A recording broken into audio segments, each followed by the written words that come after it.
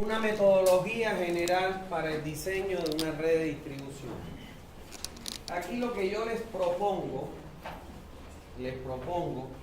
una secuencia de pasos que ustedes deben seguir para poder llegar a un buen término, que es el diseño de un sistema de distribución de agua potable. Evidentemente que esta metodología general, aquí vamos a aprender cómo se calcula el caudal que sale con una flechita al final del tramo, que yo les dije en su momento cuando lo vimos en Hardy Cross, que eso lo íbamos a aprender en la metodología general. Y lógicamente, después de eso, van a venir pasos donde viene la aplicación de Hardy Cross, que no lo vamos a repetir porque ya lo estudiamos, de cómo se calcula una estación elevadora, ya no lo de bombeo, ya no lo vamos a repetir, de una aducción, que no lo vamos a repetir, o el cálculo de un tanque, porque ya eso lo vimos en cada una de las unidades. Solo que aquí les voy a dar el orden en que deben ir calculando cada una de esas cosas que componen un sistema de distribución. Entonces, el objetivo que tiene esta unidad es el de poner a disposición de ustedes una metodología que les permita el diseño de manera ordenada de un sistema de distribución de agua a una población. Bueno, tiene un único punto, que es el 10.1, que es la metodología de diseño. Ahora bien, como toda metodología o todo problema que nosotros vamos a resolver en ingeniería, nosotros tenemos que partir de una información requerida o de los datos. ¿Está claro? Cuando hacíamos un problema de física, de matemática o de química, los datos no eran muchos. En estos casos, en el sistema de distribución, la información o los datos que se requieren son bastante amplios y que ya ustedes conocen porque lo vimos en una unidad. Pero bueno, vamos a hacer recuerdo en esta metodología. ¿Qué información vamos a necesitar? Bueno, un plano en planta donde aparezcan los manzanos, la disposición de las calles, y además pueden aparecer si existen alguna quebrada, arroyo, por dónde pasa una línea de ferrocarril, si hay un aeropuerto, toda esa información debe aparecer.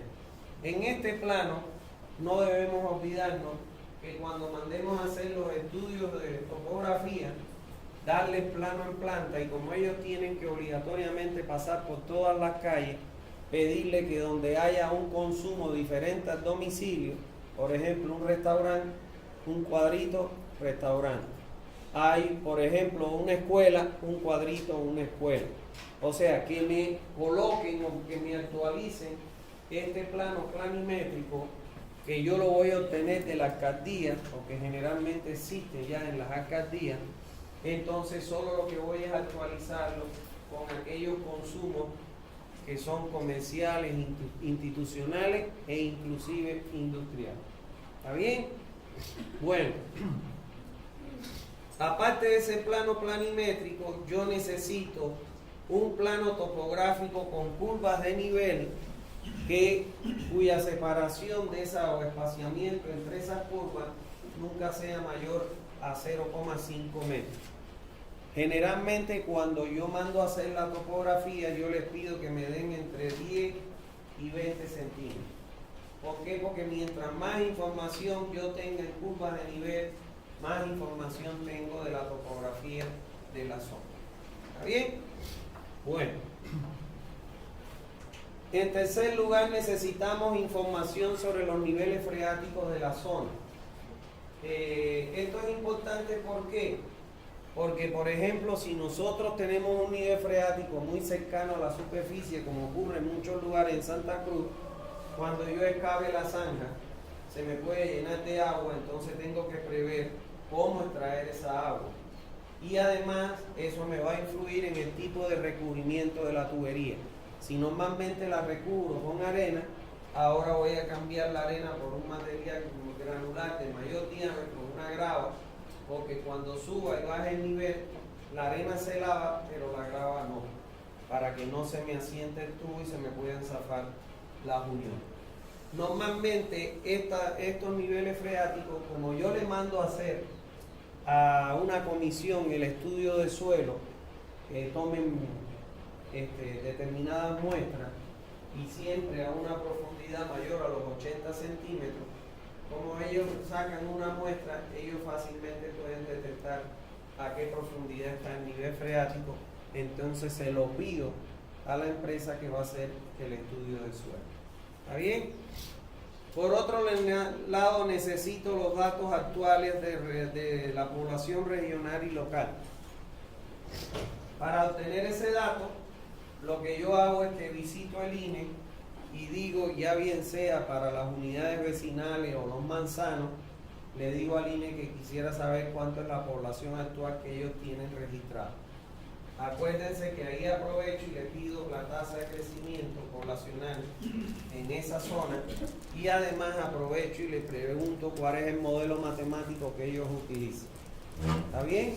Aunque ya ustedes conocen que en Bolivia, en todo el territorio, se puede utilizar la fórmula de crecimiento geométrico, que es la que más comúnmente utilizamos. Por otro lado, necesito, bueno, ya le dije que este índice de crecimiento y el periodo de alcance del proyecto, ustedes saben que yo lo tengo de la norma a partir de ingresar en una tabla para el caso de red de distribución con mi población actual. Entonces voy a ingresar con la población actual y en este caso para la red de distribución y voy a ver cuánto es el periodo de diseño que me recomiendan, que puede estar entre 10, 15 o 20 años. ¿Está bien? Dependiendo la magnitud de la población. En el sexto punto necesito obtener el área de la zona de cobertura, el área total. Si voy a diseñarle a una cooperativa, yo lo que le pido es que me dé el área de la poligonal, de las cuales ellos son, en este caso, los responsables de esa zona. Y entonces ellos me van a dar una poligonal y ahí yo puedo con el AutoCAD calcular el área. Si voy a diseñarlo una urbanización que es cerrada, entonces ellos me tienen que dar los límites de la urbanización para yo poder calcular el área de esa urbanización. Por otro lado, necesito en el punto 7 el análisis cualitativo y cuantitativo de las fuentes de agua. Yo tengo que identificar cuáles son las posibles fuentes. Recuérdense que normalmente eso yo lo hago visitando la zona, porque si ya vive gente, obviamente que esa gente está sacando agua de algún lugar. Entonces yo visito las casas, escojo determinadas casas y le pregunto de dónde usted saca el agua. Y entonces ellos mismos me van a decir las fuentes de dónde están captando agua. Puede ser que alguno me diga, yo tengo una noria en el patio, un pocito, y de ahí saco agua. O otro me diga, yo lo acarreo de un arroyo, una quebrada, un río, que pasa por acá atrás, etc. Entonces, para las fuentes que hay, yo tengo que hacer un análisis cualitativo. ¿Qué quiere decir eso? Tomar una muestra, llevarla al laboratorio de calidad del agua y someterla a los 28 parámetros para ver si primero, si tengo más de una fuente, la llevo y le aplico los 8 parámetros que ustedes conocen para poder de ella sacar cuál es la que tiene mayor bien, entre bien y regular, y poder discriminar o discretizar en este caso, cuál es el agua de mejor calidad. Y para eso entonces que saco la muestra y le hago los 28 parámetros para saber si requiero o no planta potabilizadora. Si se cumplen los 28, no requiero planta. Si al menos uno no cumple, entonces tengo que construir una planta para eliminar esa impureza y convertir ese parámetro en un parámetro aceptado por la norma boliviana. ¿Está bien? Y cuando hablo de cuantitativo, es que tengo que hacer un estudio de esa fuente para ver si en el tiempo, sobre todo en el periodo de estiaje o de seca, el agua que me produce esa fuente puede ser capaz de abastecer la demanda de la población. Bueno, en el octavo punto debo hacer un levantamiento del sistema de abastecimiento de agua existente, indicándose la capacidad nominal del mismo. O sea, qué dotación utiliza. Cuando yo visito y le pregunto de dónde sacan agua, me dicen a lo mejor de una noria, de un pocito, le digo, bueno, ¿cuántos wates sacas al día? Y entonces eso me va a dar, por la cantidad de litros que pueden sacar a través de ese bate, me va a dar la cantidad de litros día. Si eso lo pregunto cuántas personas viven en el domicilio y lo divido, me va a dar los litros por habitantes por día. Eso me va a servir a mí ¿para qué?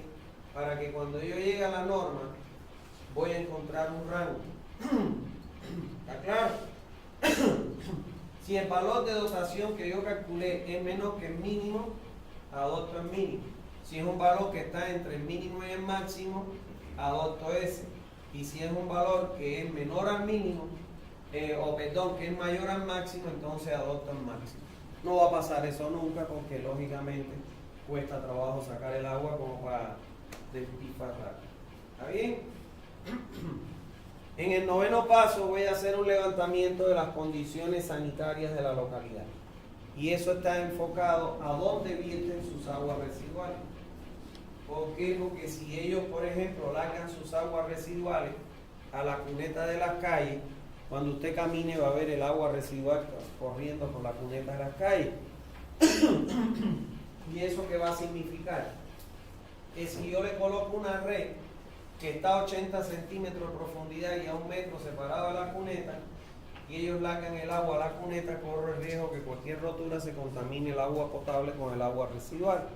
Entonces ahí yo no voy a resolver el problema del tratamiento del agua residual, pero sí en mis recomendaciones voy a advertir que no se construya este sistema de distribución hasta tanto se solucione el largado del agua a las cunetas de las calles, porque puede, por una rotura, contaminar e inclusive enfermar y matar la población. Estoy estudiándome las espaldas como proyectista. En el décimo, lo que voy a hacer es sacar datos de la economía regional y local, o sea, los ingresos per cápita por familia. Recuérdense ustedes que yo no puedo diseñar un sistema de distribución el cual no pueda ser cubierto con los ingresos per cápita por familia. ¿Por qué? Porque si no mi sistema va a fracasar. Entonces esto me puede llevar a que en vez de colocarle una cometida en aquellos lugares donde no tengan para cubrirlo, le pongo una pileta pública en la esquina y que busquen y acarreen el agua de la esquina. ¿Está bien? Eso es. En el onceno voy a buscar los datos de la localidad relacionados con el clima, la temperatura, la hidrología, tipo de vegetación, geomorfología, infraestructura, entre otros. Esto es importante para el análisis cuantitativo que yo voy a hacer de la fuente, porque estas condiciones climáticas, esa lluvia, esa intensidad, esa frecuencia, es la que me va a permitir calcular el caudal de recarga de la fuente para saber si el caudal que yo necesito es menor o igual a ese. Si fuera mayor, entonces lógicamente esa fuente no me va a poder entregar el caudal que demando y voy a tener que buscar otra alternativa de fuente o esta combinarla con otra fuente. ¿Está bien? Por otro lado, en el punto 12 voy a tener información acerca de las normas técnicas en vigencia en el lugar donde voy a construir mi sistema de distribución. Señores, yo no puedo diseñar sin tomar en cuenta las normas vigentes en el país, porque puedo tomar decisiones que no estén dentro de las normas y me pueden rebotar el proyecto por decirme esto no cumple con lo que establece la norma. ¿Está bien? No nos olvidemos que ese proyecto tiene que ser revisado por un personal profesional. Cuando yo hago un proyecto del gobierno, va a la autoridad del agua, quien tiene un conjunto de profesionales que no solo lo revisa, sino que hace seguimiento, es lo que pasaba en Guardia. Y entonces ellos, cuando no cumplen lo que establece la norma, ellos te pueden decir, rehaga el proyecto porque no cumple esto que dice la norma boliviana. ¿Está bien? En el punto 13, información acerca de las instalaciones que están soterradas en la zona, tales como gas, electricidad, teléfono, etc. Si ya yo tengo instalaciones que están soterradas, yo debo buscar esa información de manera que yo no pueda cruzar mis conexiones con esa. Y en caso que sea inevitable, por lo menos advertir a qué profundidad está, con qué profundidad nosotros vamos a pasar, para que a la hora de ejecutarlo se tenga cuidado con maquinaria de no romper una de estas instalaciones o dañar una de estas instalaciones que ya está en el terreno. ¿Está bien? Por otro lado, la información completa, debo buscar la información completa de las características del suelo donde se va a construir la red. Esto es muy importante, sobre todo a la hora de presupuestar, porque por ejemplo, con muy poco que sea la zanja, que son 80 centímetros, no es como el alcantarillado, que puedo excavar hasta 5 metros, pero no es lo mismo la excavación en terreno arcilloso, areno arcilloso, limoso, que la excavación en terreno rocoso. Entonces tengo que saber qué tipo de suelo predomina en el lugar, para en base a eso, si es un suelo rocoso, bueno, voy a tener que prever el uso de explosivos, la contratación de un especialista en explosivos, voy a tener que utilizar maquinaria, etc. Que si tengo un terreno arcilloso, hasta con pico y pala lo puedo hacer, o con solo un equipo de excavación, y los costos se disminuyen mucho más. ¿Está bien? Y por otro lado, en el punto 15, debo identificar a todos los usuarios que yo le voy a entregar agua en esa área de poder. ¿Cómo hago esto? Como les decía, le digo a la comisión topográfica, por favor, cuando usted vea a un usuario diferente a un domicilio, póngale un cuadrito y le pone 1, por ejemplo, y dice 1 son las escuelas. Y donde hay una escuela usted lo pone, donde hay un restaurante lo pone, donde hay una cafetería o donde haya una cartilla, etcétera, ahí que me identifique esos consumidores diferentes.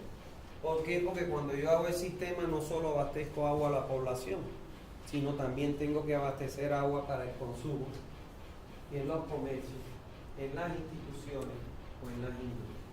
¿Está bien? Entonces no puedo dejar de considerar eso, porque si no mi sistema no les va a poder entregar agua a esa gente. ¿Está bien? Bueno, una vez que tengo toda esa información, que como ustedes pueden ver es bastante amplia, ampulosa, y que lleva tiempo, y que yo les recomiendo que no diseñen si no disponen de ella, porque pueden caer en un error que su sistema no les sirva o no funcione. Entonces eso ya cae en una actividad penal. ¿Por qué? Porque usted ha hecho invertir con su proyecto cientos de dólares, de miles de dólares o millones de dólares, y para que no funcione su sistema le van a meter una demanda penal. ¿Por qué? Por haber hecho algo que no sirve y haber hecho una inversión tan grande que no les ha dado resultados. Entonces hay que tener mucho cuidado con lo que uno proyecta y fundamentalmente con la información, y con él de toda la información. Entonces, ¿cuáles serían los pasos que debemos seguir? El primer paso, si ustedes se recuerdan, voy a hacer una pausa aquí, si ustedes se recuerdan, lo primero que nosotros hacíamos en el Hardy-Cross era enumerar los nodos, enumerar los circuitos, enumerar las tuberías. ¿No ves? Bueno, ya aquello deja de ser, de ponerse ahí para transportarse en esta metodología, a convertirse en el primer paso de esta metodología.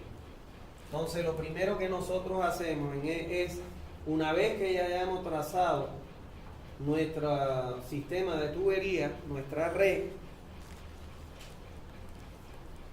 recordando siempre de que no podemos, cuando tenemos sobre todo proyectos muy grandes, considerar que un manzano es un circuito, porque es un error, sobre todo porque estos software, grandes software que se usan, no admiten más de 1000 circuitos. ¿Está claro? Entonces imagínense en Santa Cruz que yo cada manzano lo considere un circuito. ¿Cuántos circuitos voy a tener? Más de 1000. No se lo voy a poder cargar al software. Entonces, en esos casos, muchas veces yo tengo que considerar dentro de una malla o un circuito más de un manzano. En Cospail hubo lugares en que yo consideré hasta 6 manzanos en un circuito o 4. ¿Por qué? Porque si lo consideraba como un manzano no me iba a entrar en mi software. Está claro que yo iba a usar. ¿Está bien? Entonces eso es importante. Entonces en este plano, una vez que usted hace ese trazado, lógicamente que usted va a enumerar las tuberías. En aquel momento las tuberías las enumerábamos con números y los nodos con letras. Yo no les recomiendo acá, porque muchas veces el abecedario se nos gasta en los nodos y necesitamos más letras. Entonces yo les recomiendo que los nodos los enumeren con números. ¿Está claro? Y las tuberías, como les enseñé en aquel momento, le vamos a llamar tuberías principales a aquellas que encierran o enmarcan el circuito, y ahí le llamamos TP1, tubería principal 1, tubería principal 2, tubería principal 3, y así. Y las que salen de las principales a cerrar las mallas o circuitos, a conformar las mallas o circuitos, son las tuberías secundarias. Le vamos a llamar tubería secundaria TS1, TS2, TS3. ¿Está claro?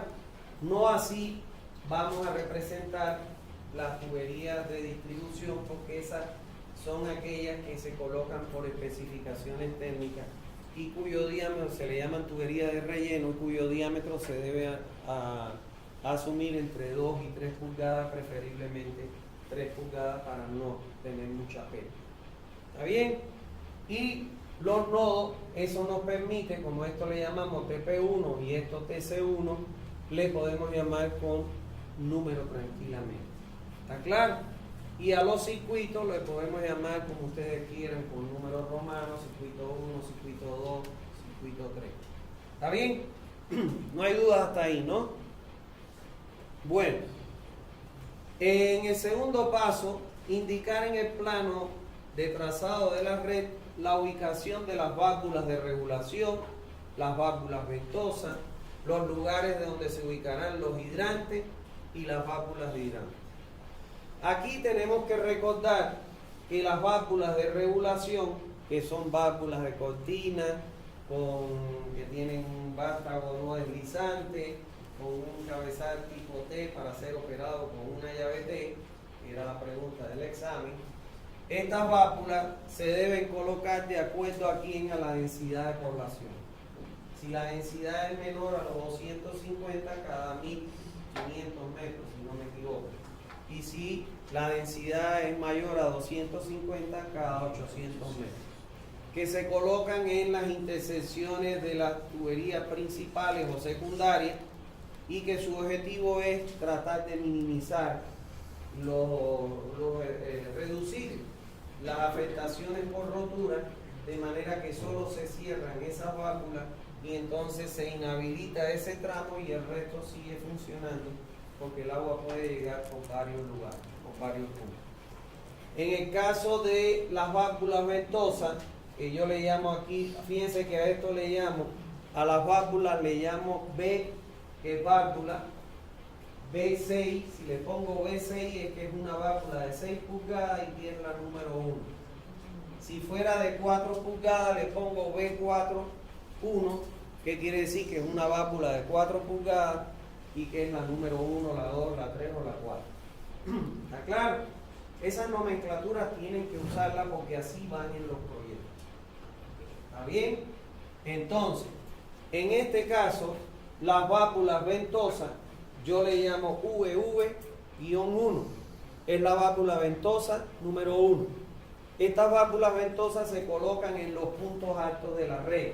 ¿Por qué? Porque son válvulas que me permiten evacuar los bolsones de aire que se acumulan en esos puntos y evitar que vayan por las acometidas, marcándole el medidor y cobrándole como si fuera agua, pero le estoy entregando aire realmente. Ahora, lo otro es la ubicación de los hidrantes. Recordar que las válvulas de hidrante, yo le llamo aquí, fíjense ustedes, al hidrante le llamo H1, H2, H3. Hidrante número 1, número 2, número 3. Y que siempre los hidrantes se conectan en tuberías cuyo diámetro sea mayor o igual a 4 pulgadas. Porque la tubería que sale de la red para conectar a un hidrante es de 4 pulgadas siempre. ¿Está claro?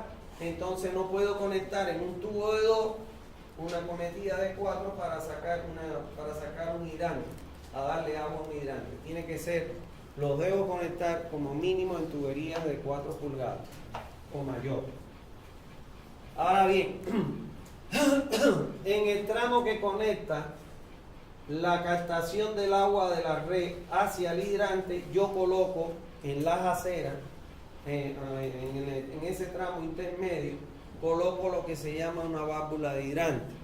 Esa válvula de hidrante es para evitar que si en el hidrante me lo abren, se saque el agua y ellos no sepan de que hay una válvula que me regule el paso al hidrante.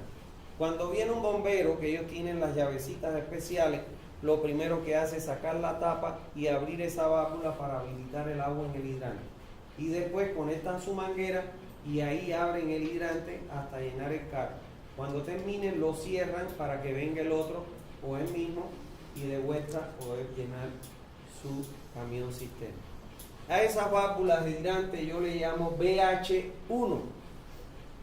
¿Qué significa BH? Válvula de hidrante número 1. ¿Qué diámetro tiene esa válvula de hidrante? 4 pulgadas, porque la tubería en que la voy a conectar siempre es de 4 pulgadas. Por eso, para no confundir, no le pongo válvula 4, sino pongo válvula de hidrante y ya ustedes automáticamente, como profesionales que son, saben que es una válvula de 4 pulgadas. Recordar que los hidrantes se colocan en las esquinas, encima de las aceras, y además se colocan cada 500 metros según la norma boliviana. ¿Está bien?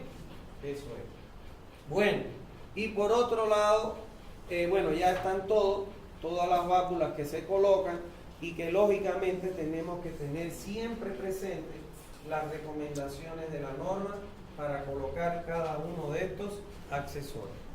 ¿Está bien? ¿Dudas hasta ahí? Ya con eso, nosotros armamos nuestro esquema con todas las válvulas que deben llevar, con toda su numeración. ¿Por qué? Porque eso es importante para que la cooperativa o la empresa que usted le está haciendo el proyecto sepa el patrimonio que tiene bajo tierra. Yo les comento, cuando yo llegué acá, Zaguapar, que era la cooperativa más grande, se empezó a tragar aquellas cooperativas pequeñitas. Entonces, por esa razón, fue que la autoridad del agua vino, la cooperativa tuvieron que contratar un topógrafo y delimitar su área de cobertura a través de una poligonal. Y esas áreas de cobertura, por ejemplo, de Zaguapá, de Copaí, de Coplán, Copul, se publicó, se le mandó al ministerio y el ministerio lo publicó en el periódico. De manera tal que si una cooperativa cuya área es esta se quiere meter en el área de la otra, le pueden quitar la licencia de funcionamiento. ¿Por qué? Porque una cooperativa no se puede meter en la otra. Y eso fue a raíz de que las cooperativas grandes se estaban tragando las cooperativas chiquitas, las estaban absorbiendo.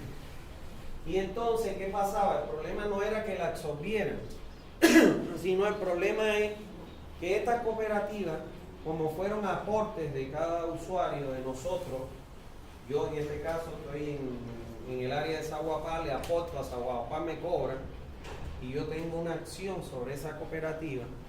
Entonces, cuando quisieron recuperar para vender esa red, esa cooperativa, para vender su red a Zaguapá, no tenían en cuenta cuánto era su patrimonio. Y entonces se la daban a precio de gallina muerta. ¿Está claro? Entonces esa fue la razón por la que intervino la autoridad del agua y creó esos sistemas. Ahora, ¿por qué ellos no le pedían, no sabían cuánto le debían pedir? Porque no tenían idea de lo que había enterrado en su área, de lo cual ellos eran responsables. Por eso con esto, cuando usted haga las tablas, ahí le va a quedar cuántas válvulas de 6 hay, cuántas válvulas de 4, de 2, cuántos hidrantes, y entonces y ahí usted puede sacar el patrimonio.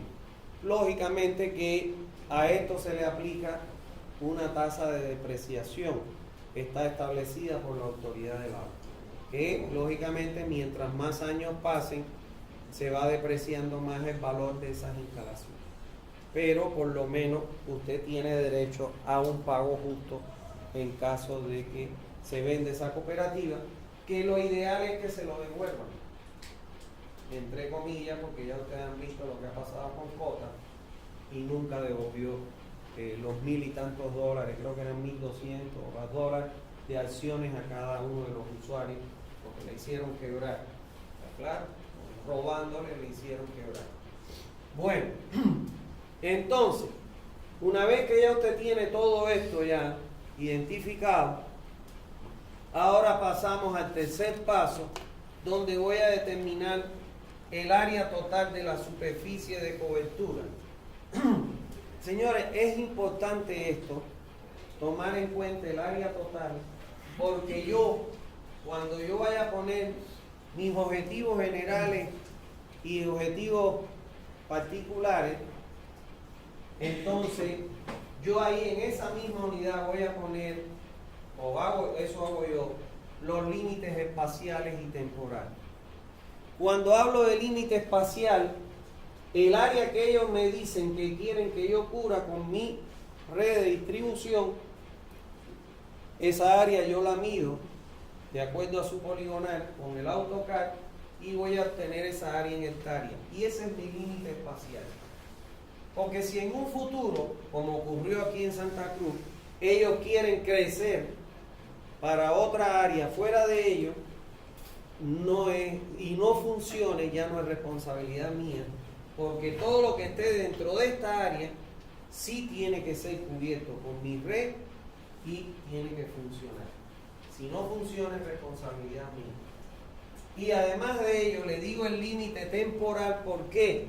Porque el límite temporal, cuando yo entro con mi población actual y defino mi periodo de diseño, vamos a suponer 20 años, quiere decir que toda la población que se asiente durante esos 20 años, el sistema que yo he diseñado tiene la capacidad para dotarle la cantidad de agua con la presión requerida y la calidad que demanda la norma. Si ya después de los 20 años, en el 21, quieren darle agua a los nuevos personas que se asientan, evidentemente que el sistema no tiene la capacidad para entregar el nuevo volumen que va a demandar esas personas. Entonces ahí tiene dos opciones: o calcula una red nueva, o la red que existe hace recálculo para una ampliación. ¿Está claro? Eso es. Bueno, en el cuarto paso voy a definir los criterios básicos para el diseño. Estos criterios básicos, algunos ya los obtuve y otros los saco según la normativa en vigencia en el país. Población actual, la que saqué del INE. Periodo de diseño, la que ingresé con la población actual en la tabla de la norma y obtuve el periodo de diseño. Población de diseño es la que yo proyecto a partir de la actual usando la fórmula de crecimiento geométrico, donde tomo en cuenta el periodo de diseño y la variación anual de la dotación, que oscila entre el 0,5 y el 2%. El área total de cobertura, la que obtuve en el paso anterior. La densidad de población la obtengo de dividir, ¿qué cosa? El área total entre la población futura, y me va a dar la cantidad de habitantes por hectárea. El tipo de consumidores, bueno, si tengo dotación domiciliar media diaria, esa la saco de la tabla con mi población actual. Si me encuentro en los valles, en los llanos, en el altiplano, y con la magnitud de la población saco mi dotación actual. Medio. La dotación comercial, veo los comercios que tengo identificados y voy a la tabla que ya ustedes conocen y saco la dotación que me recomienda la norma para ese tipo de comercio. Aquí no va a aparecer un valor único, van a aparecer varios valores en función de los comercios que tengan. La dotación institucional, lo mismo. Identifico todas las dotaciones institucionales y bueno, voy a ir a la norma y colocar esos valores. Y la dotación industrial, dependiendo del tipo de industria, pues voy a ingresar en la tabla y voy a sacar su dotación industrial. ¿Está bien? Bueno, en el quinto paso, perdón, un poquito de agua. Este es el paso en el que voy a tener los consumos por cada tramo y al final del tramo con una flechita voy a indicar el valor de ese consumo en cada tramo. ¿Está bien?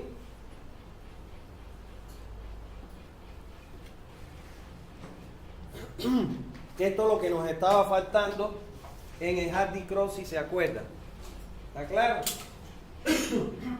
Porque en el Hardy Cross yo les puse la red en el ejemplo y ya les decía que aquí los caudales que salían, que son los caudales de consumo en cada tramo. Esto es lo que vamos a aprender a calcular ahora en este paso. Bueno, para calcular ese caudal, lo primero que hacemos es obtener el área de influencia de cada tramo a partir de subdividir el área de cobertura aplicando el método de la bisectriz, que es el que se utiliza. Podrían utilizar el método de la mediatriz, pero el que más se utiliza por la facilidad y por lo cómodo es el método de la bisectriz. Se dice que una línea biseca un ángulo cuando lo divide en dos ángulos iguales. Si vemos acá, yo digo, ¿esto cuánto es? 90 grados, la bisectriz es 45. ¿Esto cuánto es? 90 grados, la bisectriz es 45. Y después voy a unir acá, y este es el área que va a aportar a este tramo 1, 2. Este es el área que va a aportar al tramo 1, 3. Esta, bueno, acá se va a dividir así. Y entonces aquí voy a tener el área que va a aportar, que sería A3 y A4, la suma de los dos que aporta el tramo 3, 5 y el tramo 2, 3, esta sería A5. O sea que voy a bisecar, biseco, y donde se une uno con una línea recta. Esto, vamos a sacarlo aquí en grande. Vamos a suponer que esto es 90, biseco, las prolongo hasta que se corten. Aquí biseco, las prolongo hasta que se corten. Y donde se corten, ahí las voy a unir. Eso es. Y esto es lo que me va a dar el área de aportación a este tramo. Esto me va a dar el área de aportación a este tramo y así sucesivamente. Ahora, recuérdense que acá adentro usted puede tener varios manzanos, ¿no? ¿Está claro? Eso es, dependiendo de la magnitud, la cantidad de manzanos y el límite de su software, entonces usted va a tener que muchas veces considerar dentro de una malla o un circuito varios manzanos. ¿Se entiende eso? Ya lo habíamos visto, pero bueno, se lo estoy haciendo recordar. Entonces, para efectuar esta subdivisión se toma como referencia los circuitos que componen la red que vamos a calcular. Como aquí tenemos dos circuitos, entonces dice, es importante tener presente que en un circuito puede incluirse más de un manzano. ¿Está bien? Por lo que dentro del área de influencia de un tramo de tubería entrará un área que puede abarcar más de un manzano. Por ejemplo, este circuito abarca 4 manzanos. Cuando yo les he diseñado las urbanizaciones, los sistemas de distribución, yo me doy el lujo de, como son chiquitas, me doy el lujo de considerar un manzano, un circuito por un manzano. Y así me da el diámetro de todos los tramos de tubería, ¿no ves? Pero cuando tengo ya un área como Santa Cruz o Guardia o el Torno, que ya es cientos de miles de manzanos, entonces ahí ya me voy buscando lógicamente el número de manzanos que debo incluir para no sobrepasar los B-circuitos. ¿Está bien? Entonces eso es una cosa que usted tiene que contar el número de manzanos y entonces ver cuántos son, 3.000. Bueno, si son 3.000 voy a tener que agrupar porque no me va a alcanzar para poder meterlo en el sol. ¿Se entendido, señores? No hay duda. Si tienen duda, pregúntenme. Recuérdense que ustedes están aprendiendo no solo para el examen, que están aprendiendo para su vida profesional. ¿Está claro? Entonces eso es importante. Bueno, una vez que ya nosotros discretizamos los tramos de influencia de cada tubería, porque ¿qué significa esta área? Que el agua que yo voy a entregar a todos los usuarios que se asienten dentro de esta área tiene que pasar por la tubería TP1. ¿Me entienden? Ese es el sentido físico. El agua que va a pasar por la tubería TP2 es la que va a abastecer a todos los usuarios que se asienten en esa área que alimenta o que es el área de influencia de esa tubería. Entonces, en el inciso B, vamos a determinar el área de influencia de cada tramo. Eso es muy simple.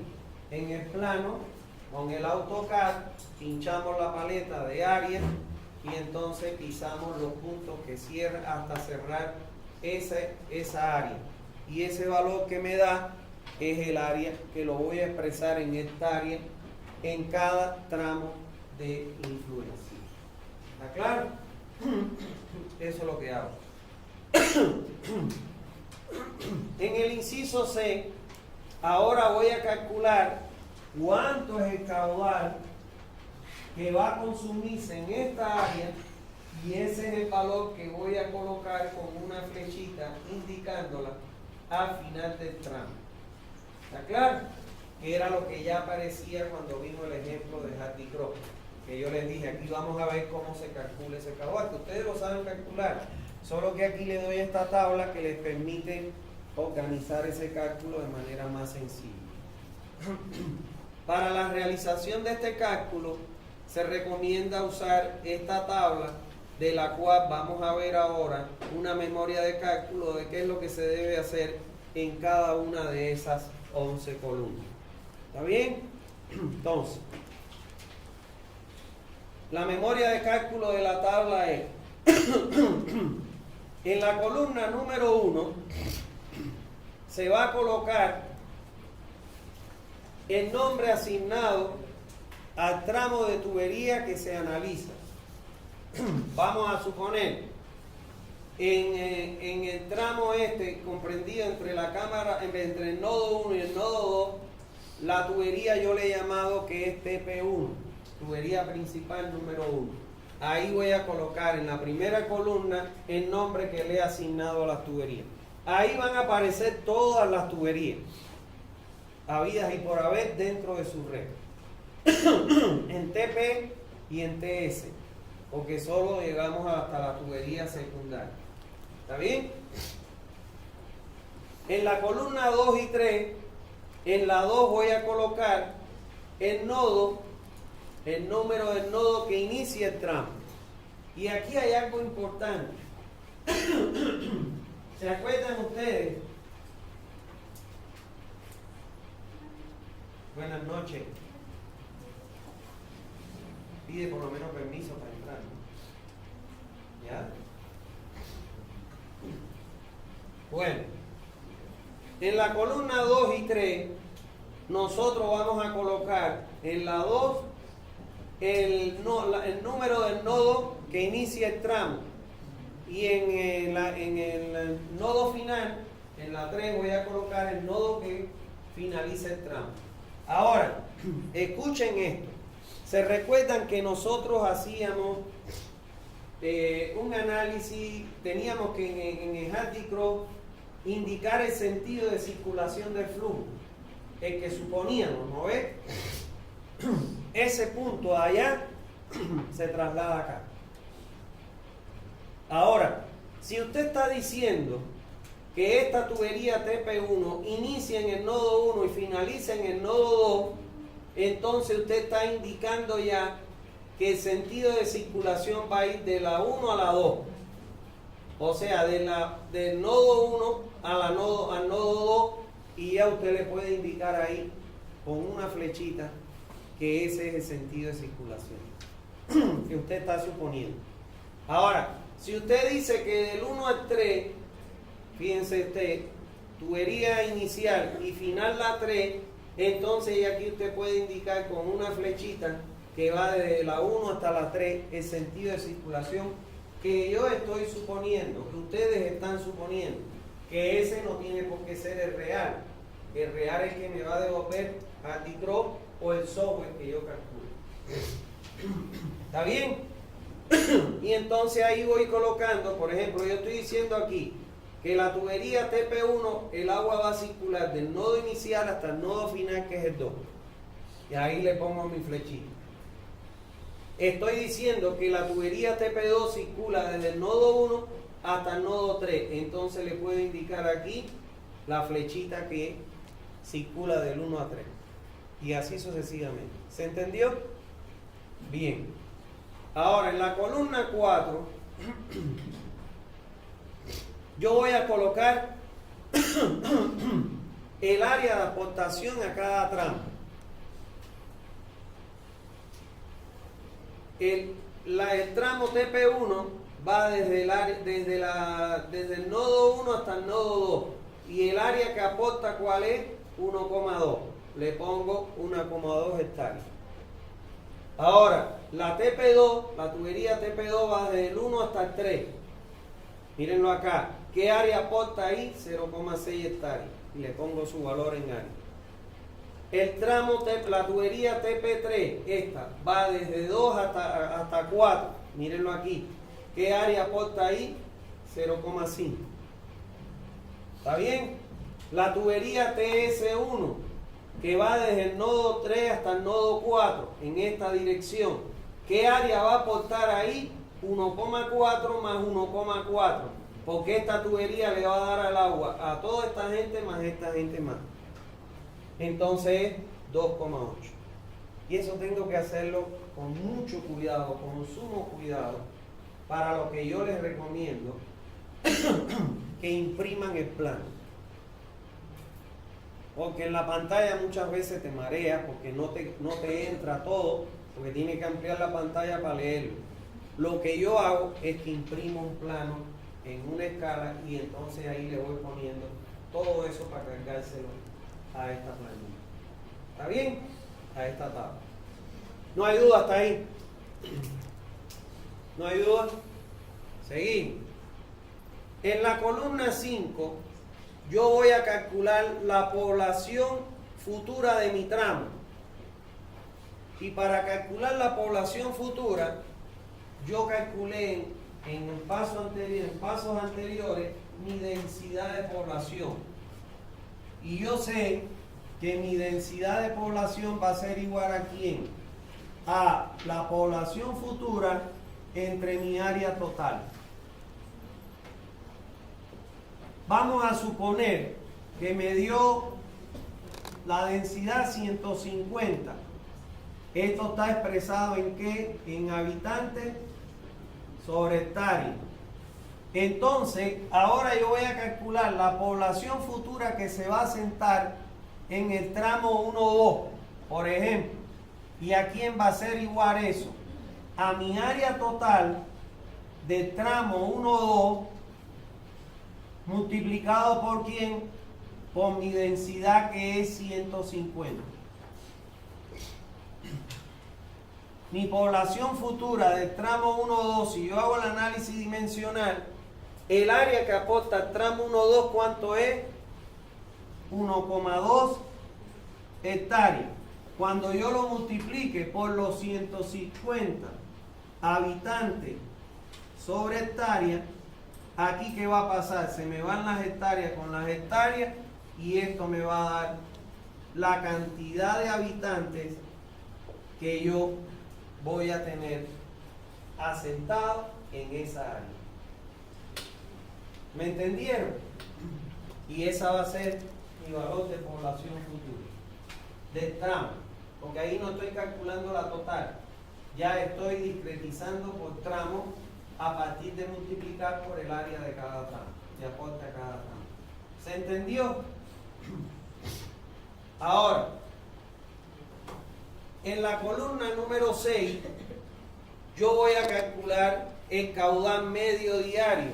Y el caudal medio diario va a ser igual a la población futura del tramo, esta que obtuve aquí, multiplicado por la dotación futura, que yo tuve que haber sacado la actual de la tabla, ingresando con la población actual y la zona, y haber calculado la futura, dividido 86.400, y eso me va a dar el caudal máximo, el caudal medio diario que yo voy a consumir en ese tramo.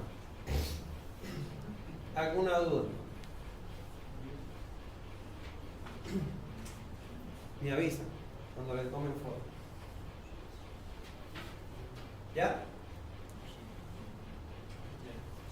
Ahora, en la columna 7 voy a calcular el caudal máximo diario. Y para calcular el caudal máximo diario voy a multiplicar el caudal medio diario del tramo por el coeficiente K1, que es el coeficiente de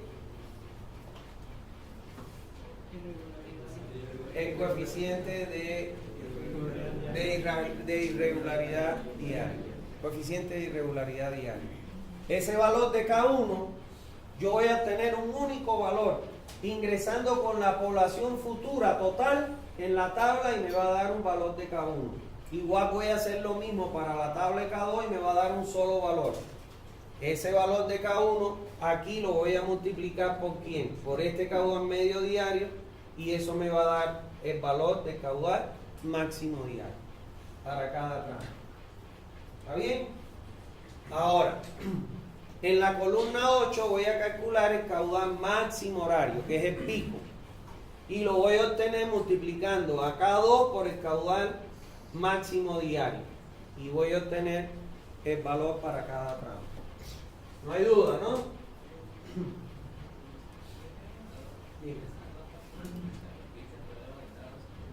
Nota, el valor de K2 se obtiene de entrar en la tabla respectiva con la población futura total del área.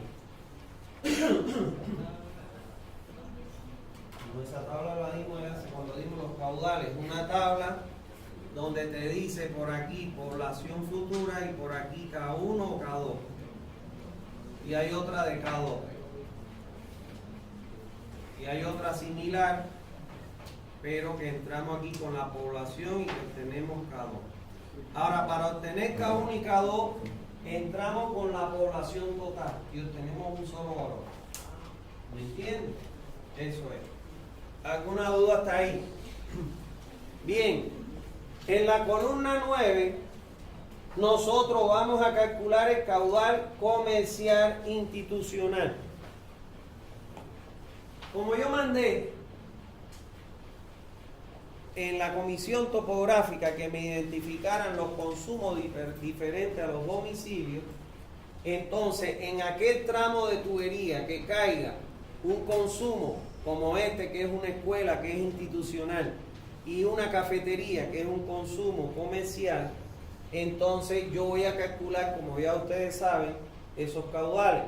Y aquí en esta columna voy a sumar qué cosa. En este tramo tengo una escuela y una cafetería.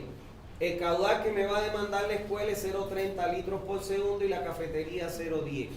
Entonces, en ese tramo tengo que entregar como consumo comercial institucional la suma de los dos, 0,40. ¿Está bien? En donde no haya consumo comercial o institucional, pongo 0. Y donde hay, coloco el valor o sumo los valores de los consumos. ¿Está bien? ¿Duda? En la columna 10 voy a calcular el caudal industrial. Si en el tramo que yo analizo hay una industria, tengo que calcular su caudal industrial, y si no hay industria, en su defecto le pongo 0. Nada más. ¿No hay duda? Bueno.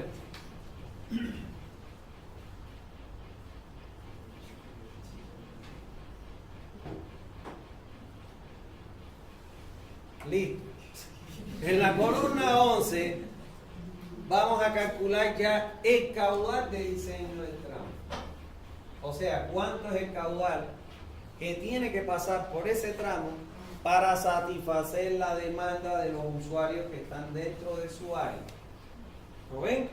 Entonces, este caudal de diseño del tramo va a ser igual al consumo máximo horario, porque nosotros usamos el pico, más el consumo comercial, o sea, el de la columna 9, más el consumo industrial, que es el de la columna 10. ¿Está bien? ¿Dónde está consumo? No. Es consumo comercial institucional. Es consumo comercial institucional. Es la suma de los dos, pero es una rayita indicando que es el consumo comercial más el institucional. Creo que en la norma sí lo tiene. Mejor creo que lo voy a cambiar y le voy a poner consumo comercial más el consumo institucional para que no se... Pero habría que agregar una columna más. ¿Ves? La norma lo considera juntos los dos. Bueno, este valor que se coloca, que se calcula aquí, por ejemplo, cuando yo sume esos valores, el valor que obtengo aquí es el que voy a indicar con una flechita en el nodo final del tramo, que sale con el valor que es el que va a consumirse en este tramo. ¿Está claro? Que era lo que había en el ejemplo de Hardy Cross. Ahora, cuando yo tenga, por ejemplo, vamos a suponer acá, yo tengo que este viene para acá y este viene para acá, como lo he considerado ahí, entonces el caudal que va a venir acá es el caudal del tramo 2, 5, más el caudal del tramo 3, 5, o que ambos convergen en el mismo nodo. Cuando dos líneas converjan, dos tuberías converjan en un mismo nodo, sumo los aportes de los caudales e indico con una flecha la suma de ellos. Eso es, nada más. ¿Alguna duda hasta ahí? Ya con eso, y como ya yo tengo fijada la flecha, como les dije, ya con eso ahora que me queda aplicar Hardy Cross.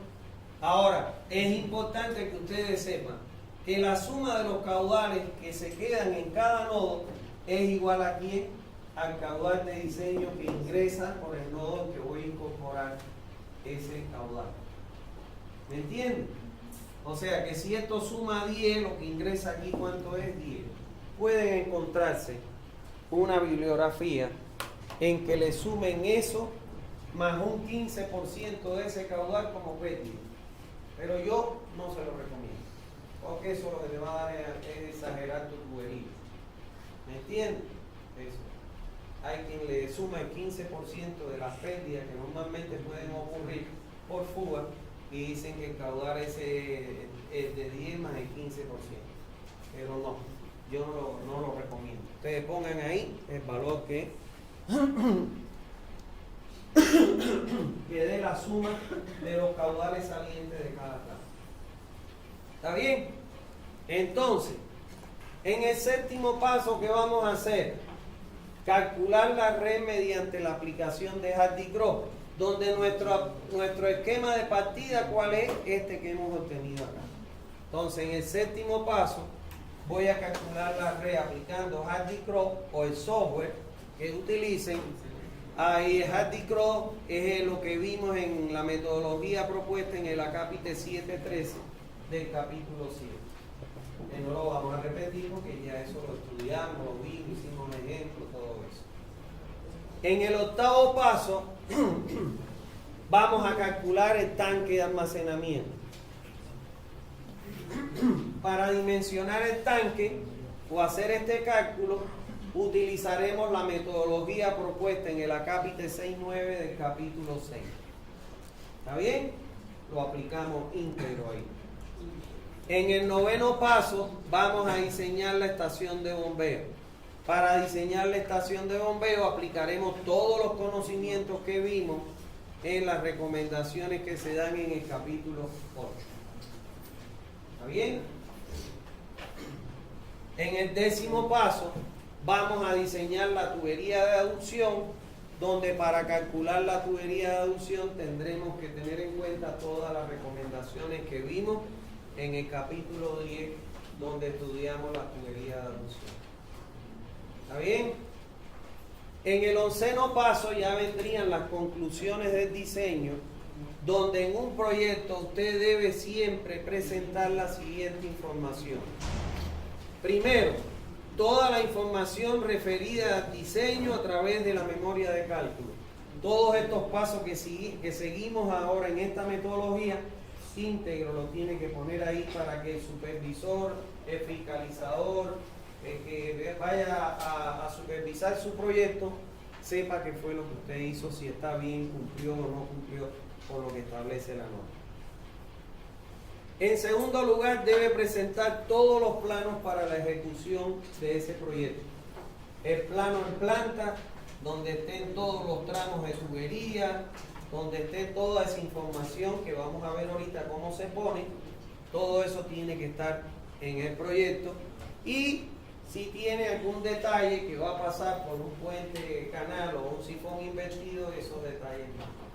Y si tiene una estación de bombeo, el detalle de la estación de bombeo. En el tercer punto deben poner todos los cómputos métricos y el presupuesto general de la obra. O sea, tiene que colocar todos los cómputos métricos de tuberías, accesorios, excavación, todo lo que lleve, replanteo, todo eso, e instalación de faena en el proyecto. Como cuarto lugar, el cronograma de ejecución. A partir de esos cómputos métricos y las actividades principales, usted hace el cronograma de ejecución, donde considera ahí, de acuerdo al número de brigadas que usted va a considerar para cada actividad, para obtener qué cosa, la ruta crítica, y fundamentalmente decirle, tu obra, la ejecución de tu obra va a durar tantos días, tantos meses. ¿Está bien?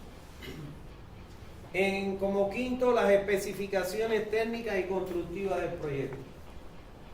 A usted deberá poner ahí qué cosa. Todas las especificaciones técnicas para la excavación, para el relleno, para la instalación de tuberías, para la instalación de válvulas, todas esas especificaciones técnicas. Si tiene estación elevador y hormigón, las especificaciones técnicas del hormigón, para la ejecución, etcétera, etcétera. Por otro lado, el manual de operación del sistema diseñado. O sea, usted fue el que hizo el diseño de esa red, entonces usted tiene que dar un manual de operación de esa red. ¿Está bien? Cómo usted debe operar en caso de esto, haga esto, lo otro, con detalle. ¿Está bien? Entonces, eso sería todo lo que veríamos en el proyecto. Bueno, ¿alguna duda hasta ahí? ¿Dudas?